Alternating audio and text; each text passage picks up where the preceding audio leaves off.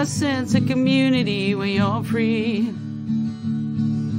Rolling through the mountains, rolling through the valley, rolling through paradise with me. Hello, everyone. Welcome to the show. And returning once again for I don't know how many times now is my groupie. No, sorry, is Mira Chilliwack, Ken Popove. Not your groupie, Nancy. Come on now. Yes, you've given me cupcakes, and you just give me crap for not giving you chocolates because I gave your sister chocolates. But I'll see if I can rectify that issue. Oh, so You guys, so you should. they're cut from the same cloth. It's funny. It's good. Well, you know, I learned from the best, right? I mean, There you go. There you go. Anyway, so I want to talk. I got actually a list of things from your secretary, which is really cool. Okay. Things to talk about coming up in December because we're almost there. Time goes so fast. Mm-hmm. So now the first thing is a Shred-A-Thon.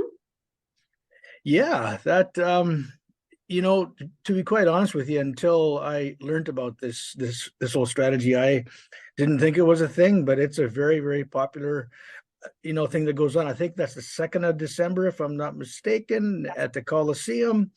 We really would like folks to bring non-perishable food items for our Salvation Army's food bank. But yeah, like if you got records that you've been collecting for the year, paper records, obviously, like not ones that you play music with, just paperwork, whatever. And yeah, you bring them down. If you can list the times, or Nancy, I don't have that in front of me. 10:30. Yeah, 10:30 till 2. Till 2, and I'd recommend you get there early. Apparently, there's been lineups and but folks use the service, and like when I started, I didn't realize it was actually a like a popular thing, but I guess it is. But the most important issue here is bring some non-perishable food items. Well, for sure this time of year, but all year round. We need to help out the food banks. If you've been watching TV, like the big food banks to the west of us are really struggling, and us out here in the valley are no different. So it's important. It is important. Yeah, absolutely. I mean, we have some really good groups here in Chilliwack, but there's always more need, isn't there? Absolutely. Yeah. Then the next thing we have going, the same day actually, is the Rotary Christmas Parade. Yeah, that evening, I believe it starts about 5:30. The route is going to stay the same as it was last year. It's going to start at the senior high, go down Yale, and then a little bit of a right turn onto Wellington, and then to college, and then back around. So yeah, we'll be leading the parade again, handing out candy canes to the kiddies, and I hope I don't run out of candy like I did last year. It was a little embarrassing, but yeah, it's fun, and folks come out. It's it's one of the few evening Christmas parades that are still ongoing. I believe Mission still has theirs, but I don't know to the west of us, but typically they have about 70 floats, 70 plus floats. And if you're still interested in doing that, if you can just tell them the website there, Nancy, I don't have it in front of me, about if you still want to enter, I believe you still can. I think it's .ca. Yeah, where is that? I'm just I'll make sure they have it. Okay. Yeah, because if you're last minute, you want to be a part, please do. Yeah.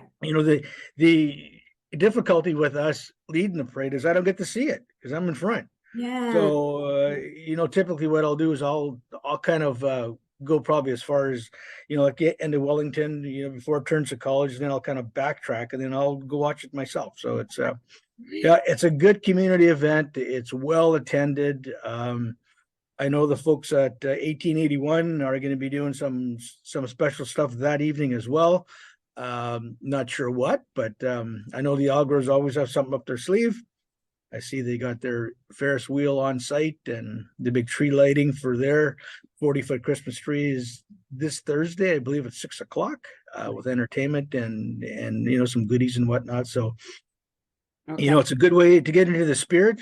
I'm not a big Christmas guy, but I'm trying to get in the spirit as well. It's just it's you know, it's a time of year, and for me, you know, like in my opinion, it's Christmas every day. You know, I'm blessed with, you know, the people that I work with here, with my family life, with my wife. You know, it's And your and yeah, grandchildren, right? yeah, all that stuff. Yeah, and sure, it's, you know, it's all about getting together with family and all that fun stuff, which is good. But like I say, it just it should be celebrated 365 days a year, Yeah, for not sure. just not just a couple of weeks or whatever. And again, I My will. opinion only. My opinion only. Oh, well, you know, we're all allowed our opinions. But I will make sure the website that the information that Please. for them to Awesome. contact for sure. Now, there's some changes being made on Victoria, right? Yes, Victoria Avenue. yes, yeah, and this has a direct correlation with your sister, because it backs onto her property, and this is what cost me that box of chocolates. But yeah, um, the first phase of the parking lot in Victoria is nearing completion. I believe there's about 40 plus spots. In that area, there's a couple of charging stations that'll be installed as well. Part of phase one is also we turn Victoria into a one-way street from west to east, and we put an angled parking because that street is fairly wide, so that increased the parking capacity by about a dozen. Okay. And then phase, sorry, go ahead. I was wondering why it was going to be going one way, but now I understand. Yeah. And phase two of the Victoria parking lot, we ran into some archaeology issues there, so we had to deal with that. But that'll be up. We're hoping spring, you know, because now is not the time to be moving soil around, because it's just going to turn to mush. So yeah, we're trying to increase the capacity. I've got kind of a love-hate thing with parking. I love we got a parking problem. It's you know, it's great. People are coming downtown. Yes. And that's what that was our goal, was to, you know, revitalize our downtown and get people down there, and it's worked. It's worked tremendously. And us as a city, when we have the opportunity to purchase more land for parking, we're always on the lookout, because it's not going to stop growing in that downtown area. So yeah, that's a good thing too. For sure. Now, another thing I want to talk about, the United Church at the corner of Main Street and Spadina. Yeah. Now, I know it's going to be going into returned into an apartment building, right? Correct. Now, it went to council already? It went last night, and it was approved. Yeah, it's a great strategy to move forward. I know I asked the question, how long has this been, you know, talked about? And I think it's been talked about for the last 7 years to get this thing to the finish line. Yeah. There were a couple renditions, and we kicked them back. You know, it's in a pretty prominent area of our downtown. It's like the gateway. So for me, the affordable housing outweighs the look of the building, if you will, but it's still, you know, it's got to look good. It's got to be landscaped. They've added some cool architectural interest to the building, so it's going to look good from the outside. But more important than that, they've got a 3-stage strategy set up for the affordability of this, and you know, like the word affordable housing is sometimes kind of I'm not going to say funny, but just it's a hard word to try to actually stabilize. But just, this is going to be affordable housing, and it's going to prove to be a huge asset to everybody that's in that sort of realm. And the second project downtown, the Paramount project, that's almost complete as well. That's it's about 58 affordable housing units for seniors, and then 8 for youth. It's kind of a unique setup, but we're doing the best we can to push forward to that. But this is the market. It's not city. We work with these folks and discount the DCCs and our water, sewer, hookups, all that kind of stuff, because we want to be a partner in this, because this is so important for, you know, the life and breath of our folks in Chilliwack. And it's going to be a pretty cool looking building, 6 stories. Parking going to be a little bit challenging, but I think they've addressed most of that. But yeah, we got approved last night. We had quite a contingent of folks in chambers. Laura Hames, that's Clint's wife, was in attendance, so I had to make sure I get my P's and Q's correct, because I know I'd probably get criticized if I said something wrong or did something whatever. But you know, the persistence of this group that kept pushing for this is pretty awesome. I know I got an email from, well, actually a few emails, and they were disappointed in you know, the taking down of the sanctuary, and which, yeah, I get the history there, but their church that they're renovating on the corner of Yale and Corey Road, I had an opportunity to take a walk through where they're moving to, and they're going to be moving some of those, you know, like the stained glass, apparently the front doors. So there's going to be some of the old into the new, if you will. So just to preserve it. And you know, there's lots of history. I think it's back in the 30s when that was actually built. And I could be wrong. I'm not a historian, but I know it's been there for a long time. And yeah, the building is getting tired. There's no question.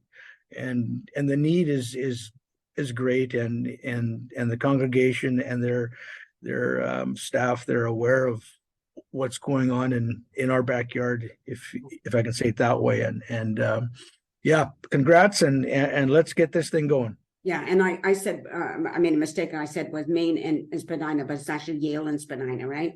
Well, that's got 3 different. It's Maine, Spadina, and Yale. There's you know, it's kind of a unique piece of property. And so for people who if affordable rent, that location is so good, because if you don't have a vehicle, the stores are there, the pharmacies there, doctors are not very far. At least my doctor isn't. You know, Shoppers and all of those places. Yeah, and you know, there were some parking variances applied for, and that's you hit the nail on the head.